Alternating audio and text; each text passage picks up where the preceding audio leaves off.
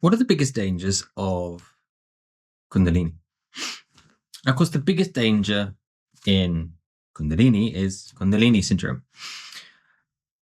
Now, the amount of people that contact me saying, I'm stuck in Kundalini syndrome. I went to a Kundalini activation practice and I got triggered and now I'm stuck in Kundalini syndrome. And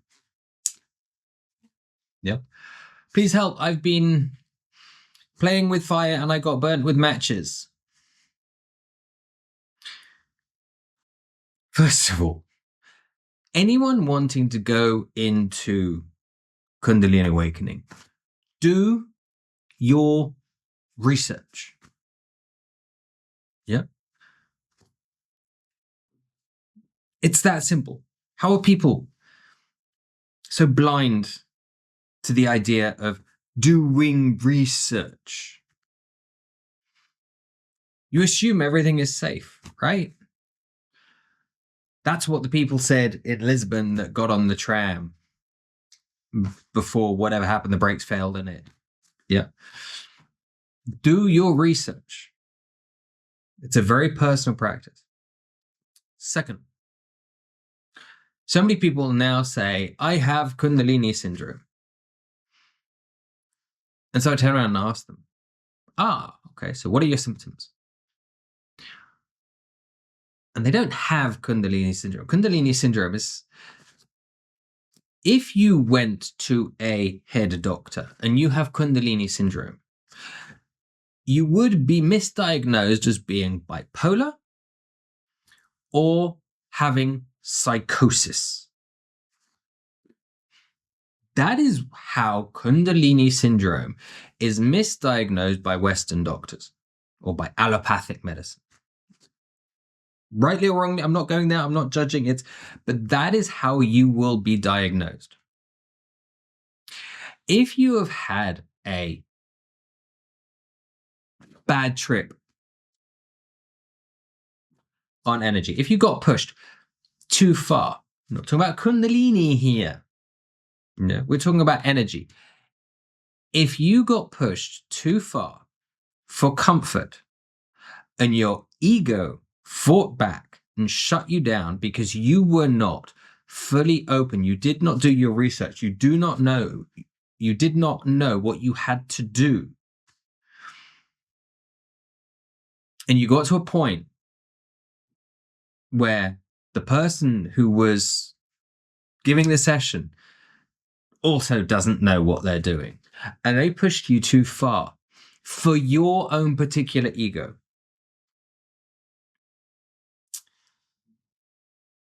your ego fought back and shut you down. This is not Kundalini syndrome. This is what is triggered. It's called a dark night of the soul. And a dark night of the soul is, it can feel very much like depression, anxiety. And if you do nothing about it and you just sit and complain, then guess what? It's not going anywhere. And it's going to turn into full-on depression or anxiety. And if you sit with it for years, then guess what? It's still going to go nowhere. Someone who is depressed, who doesn't get help for it, and doesn't find the root cause and doesn't deal with the root cause, guess what? They stay depressed. It's as simple as that. And this happens so often. And it's, if you have been pushed too far for comfort psychologically, we're not talking about pranic work here, we're not talking about Kundalini work here. If you go day in, day out, doing something that is not good for you, that your ego doesn't like, that it's stress, your ego is there to help you. It's going to get to a point and it's going to say enough is enough, and it's going to shut you down. And in this day and age, that is why we have manic depression, manic levels of depression, manic levels of anxiety. They are these huge worldwide problems because this is what is going on. Yeah. too much stress. People ignore it, just keep pushing through, ignorant. Oh, well, that's what happens, When it comes to pranic work with energy, it compacts that down. So I'm not saying it's stress. I'm saying the system packs down conditioning, and it's not pressing down on you, it's pushing out of you. And if your ego doesn't allow that to release, it's going to have the same effect. Because instead of stress coming down, little by little by little, filling you up with stress until you're full, until you explode, what the pranic energy is doing is it is trying to heal you. It is trying to take all the stress already accumulated as energetic trauma in your body, and it's trying to release it. It compacts it and it tries to release it. And if you're programmed in a way, and I'm not saying this is bad, I'm not judging positive or negative, but if your ego is not ready, if you've not done the work, when this comes up, your ego is going to try and keep you safe because it doesn't recognize what's going on. It's going to fight, and you're suddenly going to fall into these sort of levels of depression, of anxiety. You're not going to know what's going on. And then you're going to be shocked by, this person did to me. Now, we could, of course, as always in Western society, lay the blame on the facilitator. And perhaps that's the right thing to do for part of this, because thanks to things like Kundalini Awakening, Kundalini Activation, people go on these 3-day courses, they don't know what they're doing, they suddenly say they're facilitators, it's all about ego, it's all about making people move, and it pushes people too far. Yeah. However, let's not live in a victimhood society. If you go and do something and do not do your homework, much like you go skiing, it's your first time skiing ever,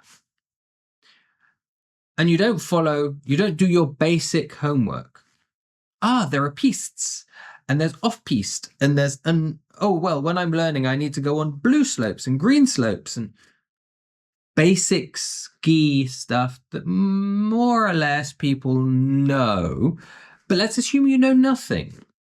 You get to the top of the mountain, it's a lovely day, there's loads of snow around, and say, oh, well, this is a mountain, I'm just going to go here. And you go down a part of the mountain that isn't a slope, and you go down going, rah, and shouting, and the noise and the kerfuffle causes an avalanche, and that is the same thing as going into something like Kundalini activation, into energy healing sessions without doing your homework, without knowing what it's about. It's as simple as that. So don't leave it up to the facilitator to assume they know everything. Perhaps they should, but let's not be victims here. Let's not be the idiot that goes to the top of the mountain and just skis off the edge. Let's not be the person that, gets to a new place, goes to the beach, gets to a new place, and just goes swimming in the ocean, only to find they get stung by a jellyfish because it's the wrong season, get paralyzed and drown, or because there are rip currents, or you might go to a beach where there are lifeguards. Oh, well, there's a lifeguard, so I can go in the water and I'm safe. And if I drown, it's the lifeguard's fault. No, if you get to a new beach and you want to go swimming, if there isn't a clearly designated area for swimmers that's right by the lifeguards. If you are allowed to swim over the whole beach, ask the locals, ask the lifeguards, are there any riptides here? Any jellyfish around? Any other types of animals in the water that can sting you, that can... Look on websites before you go, do your research. Don't blame the lifeguard if there's a massive rip current and they can't get to you on time. Same thing, no? Yeah. If you want to go and do deep, amazing work that will change your reality, that will change everything about you, do your research first.